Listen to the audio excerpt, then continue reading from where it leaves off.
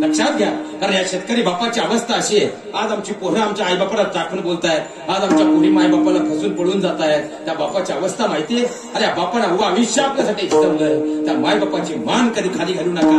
पळून जाण्या अगोदर माझ्या सगळ्या तरुण पोरांना हात जोडून विनंती करतो, एकच विचार करा. अरे आता काही जण आम्हाला म्हणतात, महाराज तुम्हाला प्रेम काय कळणार आहे. अरे प्रेम प्रेम प्रेम म्हणतोस तू, आणि खऱ्या प्रेमाचा अर्थ मात्र विसरून जातोस तू. अरे प्रेम प्रेम प्रेम म्हणतोस तू, आणि खऱ्या प्रेमाचा अर्थ मात्र विसरून जातोस तू.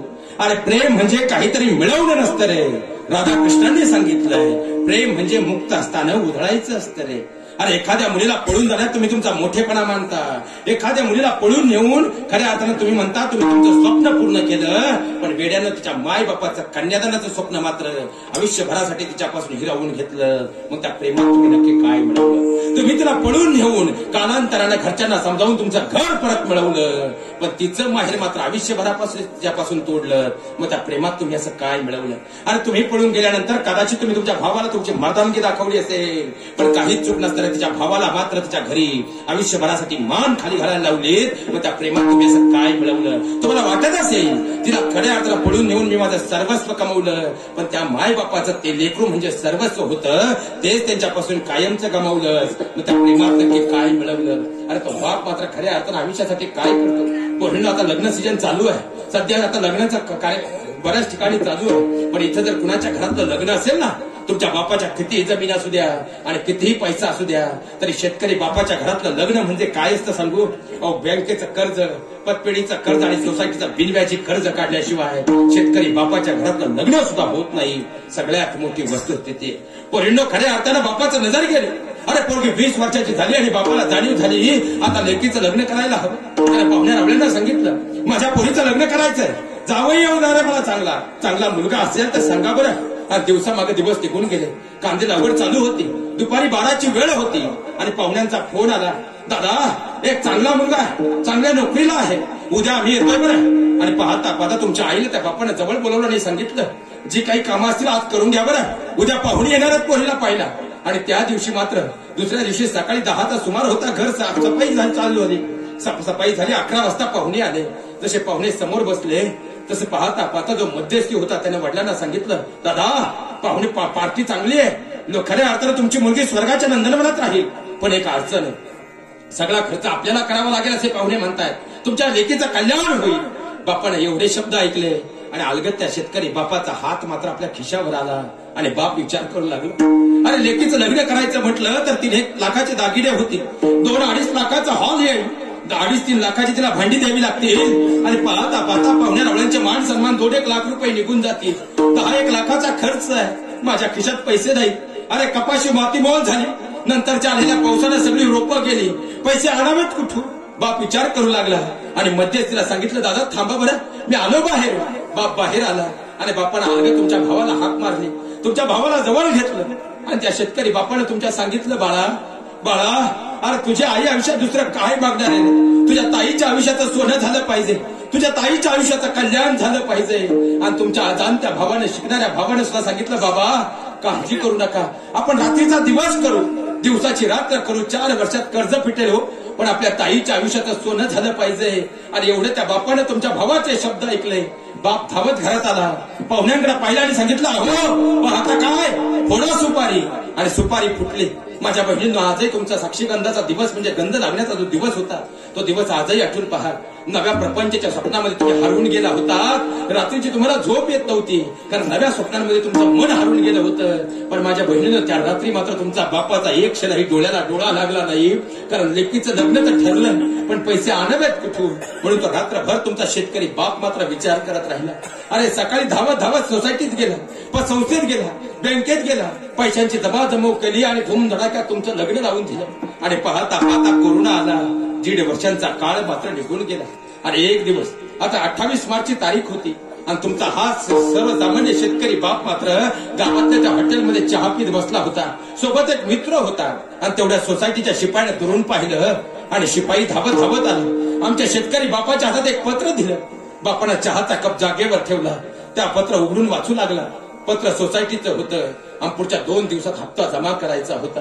बापाच्या डोळ्यातलं पाणी मात्र बापानं आतल्यात गिळलं आणि तुमचा शेतकरी बाप मनोमन विचार करू लागला. अरे 2 दिवसापूर्वी बँकेचं पत्र आलं, 3 दिवसापूर्वी पचपेढीच्या चेअरमनचा फोन आला, आज सोसायटीचं पत्र आलं, हप्ता भरावा लागेल, कुठून आणावे पैसे.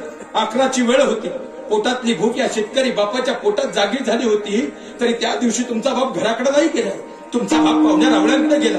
अरे उन्हाची तिरीप डोक्यावर होती, उपासी पोटी तुमचा बाप मात्र अनेकांच्या पायावर डोकं टेकवत राहिला. कुठून तरी हप्त्यापुरते 2% त्याने पैसे जमा केले आणि बाप मात्र घरी आला. दुसऱ्या दिवशी सोसायटीत धावत गेला, सोसायटीमध्ये त्याने हप्ता भरला आणि चेअरमन साहेबांना हात जोडून सांगितलं, साहेब नफ्याचं जुनं करून घ्या, कोरोनामुळे घात झाला, पैसे आले की भरून टाकेल. आणि तो बाप मात्र पावती घेऊन एक एक पायरी उतरत होता. अरे तुमचा शेतकरी बाप फक्त 3च पायऱ्या उतरला, त्याच्या खिशातला मोबाईल वाजला. आमच्या शेतकरी बापाने खिशातला मोबाईल बाहेर काढला, फोन कानाला लावला. फोन जावयाचा होता आणि समोरून जावई उतरला, मामा अभिनंदन, तुम्ही बाबा होणार आहात. अरे शेतकरी बापाला काय आनंद झाला, माझी लेक बाळकपणाला येणार आहे, माझी लेक बाळकपणाला येणार आहे. तुमच्या आईला सांगायचं म्हणून तो धावत धावत खाली उतरला, त्याने गाडीला चावी लावली आणि घराकडे निघाला. तुमचं माझं घर म्हणजे गावापासून 1-1.5 किलोमीटर दूर असणार आहे. बाप गावातल्या चौकात आला, पण बापाचे अलगद पाय ब्रेकवरती गेले, गाडी बंद झाली आणि बापाचा अलगद हात खिशावर आला. तुमचा शेतकरी बाप विचार करू लागला, अरे माझ्या खिशात तर 2000 रुपये, लेकीला सरकारी दवाखान्यात न्यायचं म्हटलं तरी कमीत कमी 5000 रुपये लागतील, पैसे आणावेत कुठून. आणि बाप मात्र अरे दुपारी 12ची वेळ होती, पण त्याही दिवशी घराकडे नाही गेला, धावत धावत दूध संस्थेच्या ऑफिसमध्ये गेला.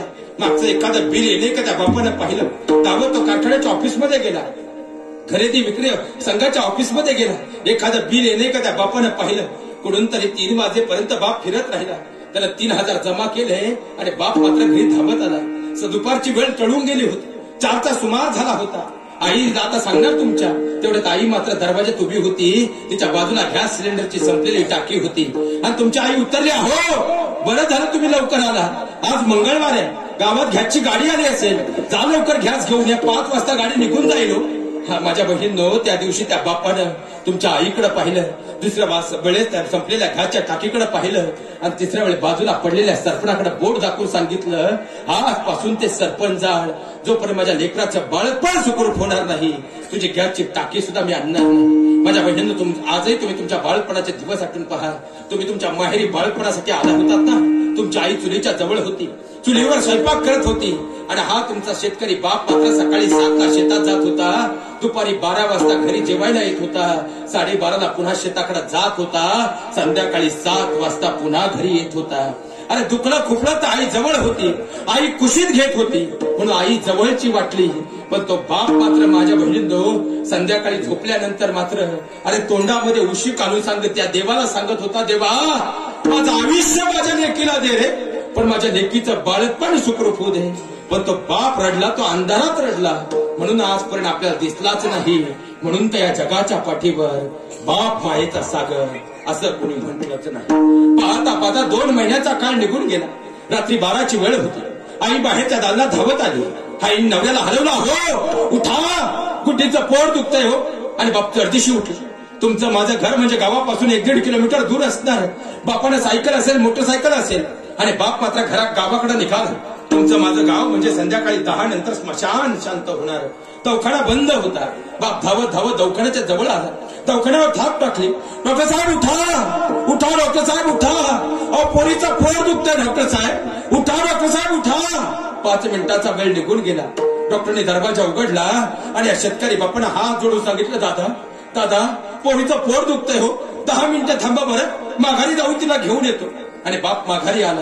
तुम्हाला तुमच्या आईला बरोबर घेतलं आणि बाप दवाखान्यापर्यंत आला. अरे मुलगी हॉस्पिटलच्या आत जात होती, तिला कळ येऊन तिची किंचाळी फुटली. आईच्या डोळ्यातून खळखळा अश्रू उघडले, पण जगाने दुरून मात्र तो बाप पाहिला. बापाच्या डोळ्यात पाणी नव्हतं, म्हणून या जगाला हा बाप निष्ठुर वाटला.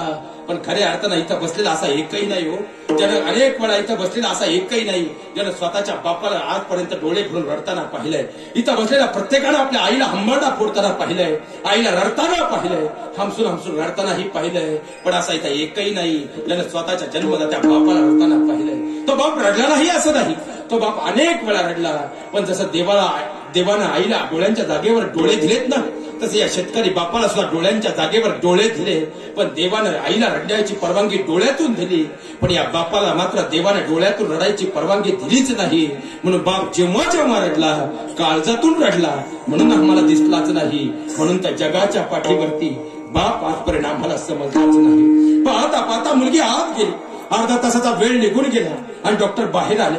डॉक्टरांनी सांगितलं, बाळाचे पाय फिरलेत, पाणी कमी होत आहे, सिझर हा एकमेव पर्याय आहे. पण आता आपलं गाव म्हणजे आडबाजूला असणारं छोटस, इथं सिझरची कोणतीही सुविधा उपलब्ध नाही. मग काय करावं लागेल? घनसांगवीला न्यावं लागेल. बाप पुन्हा बाहेर विचार करू लागले. इकडे तिकडे पाहिलं. आई धावत आली.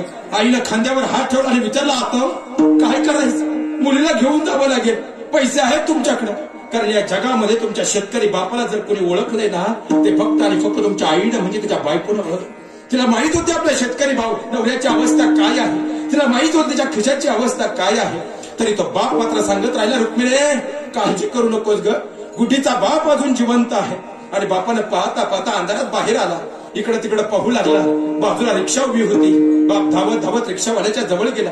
रिक्षावाल्याला उठवलं, दादा उठा, पोरीचं पोट दुखतंय. आणि डोळे चोळीत रिक्षावाला उठला आणि सांगितलं, दादा एवढ्या रात्रीचं मी घनसांगवीला येणार नाही, आणि जर यायचं असेल तर 1000 रुपये घेईल. आमच्या शेतकरी बापाने सांगितलं, दादा 1000 रुपये देतो, पण चला आणि तुम्हाला तुमच्या आईला बरोबर घेऊन. बाप मात्र मोठ्या दवाखान्यात घनसांगवीला दाखल झाला.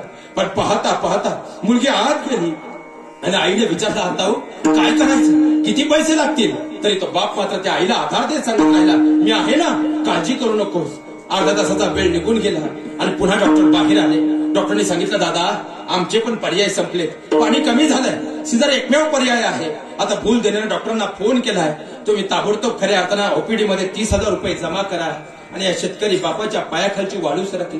त्याचा अलगद हात खिशावर आला आणि बाप विचार करू लागला, अरे माझ्या खिशात 5,000 रुपये होते, 1,000 रुपये रिक्षावाल्याला दिले, 4,000 राहिले, 25,000 आणावेत कुठून? पुन्हा ती आई धावत आली. अरे दुसऱ्याच्या बांधावर मोल मजुरी 200 रुपयाने करणारी तुमची माझी आई मात्र तुम्हाला घरातून घेऊन निघताना तांदळाच्या डब्यात ठेवलेले त्या मजुरीचे पैसे सोबत घेऊन आली होती. त्या चुरगळलेल्या नोटा तिने बापाच्या हातात टेकवल्या. चुरगळलेल्या नोटा त्या बापाने सरळ करून मोजून पाहिले. 2100 रुपये होते. 6,100 जमा झाले. आता काय करावं बाप विचार करू लागला. पण आई पुन्हा धावत आली. आईला विचारला, पैसे आणायचे कुठून? तरी तो बाप सांगत राहिला, काळजी करू नकोस, मी केलीये तडजोड, तो आत हो. आईला आत पाठवलं आणि बापाने मित्रांना फोन लावले. रात्रीच्या 2 वाजता मित्रांनी सांगितलं, आमच्याकडे पैसे नाही, माझ्या बहिणीनं वेळ भरपूर झाला, वेगात पुढे सरकतो, आजही आठवून पहा. अरे खऱ्या अर्थानं तुमच्या कुटुंबावर तुमच्यावर कोणी गावात वाईट नजर केली, त्याला गावाच्या चौकात शिरणारा तुमचा हा शेतकरी बाप मात्र माझ्या बहिणीनं तुमची बाळकपणाची रात्र अनेकांच्या पायावर डोकं टेकवत राहील. 1%, 2%, 3%, दाम दुप्पट जाईन रे, स्वतःला विकेल पण सगळे पैसे देईल. पण आज मला पैसे द्या म्हणत त्या बापानं अनेक ठिकाणी हात जोडले. अरे खऱ्या अर्थाने या जगाच्या पाठीवर माझ्या बहिणींनो तुमची बाळकपणाची रात्र आठवून पहा. सकाळी 6चा वेळ होता, तुम्ही शुद्धीवर आला, तुमच्या डोळ्यासमोर तुमचं गोंडस लेकरू होतं. खऱ्या अर्थानं बाजूला नजर फिरवली, उजव्या बाजूला तुमची आई उभी होती. 8 वाजेपर्यंत तुमचा नवरा पेढा आणि बर्फीचा बॉक्स घेऊन दवाखान्यात आला होता. 10 वाजेपर्यंत तुमची सासू व सासरे दवाखान्यात होते. दुपारी 1 वाजता तुमची बहीण दवाखान्यात पेढ्याचा बॉक्स घेऊन आली होती. पण या जगातला एक माणूस असा होता ज्याचं दर्शन तुम्ही बाळंत झाल्यानंतर तुम्हाला 6 तासांनी झालं, तो तुमचा हा शेतकरी बाप होता. कारण येणारा प्रत्येक जण तुमच्या तोंडात बर्फी घालत होता, पण त्याच बर्फीचं मोल म्हणजे त्या बाळपणाचे पैसे भरण्यासाठी तुमचा बाप मात्र अन्न पाण्याविना दिवसभर उन्हातानामध्ये पाहुण्या रवळ्यांचे उंबरठे झिजवत होता. अरे कुठून तरी त्याने हप्त्यावर तेवढे पैसे जमा केले आणि ते पैसे घेऊन दवाखान्यापर्यंत आला. आईची नजर गेली आणि आई उतरली, अहो तुम्हाला समजलं, तुम्ही बाबा झाला तो. त्यावेळेस आयुष्यात कधी नाही हो, पण तेव्हा तुमचा बाप मात्र ढस ढसा रडला.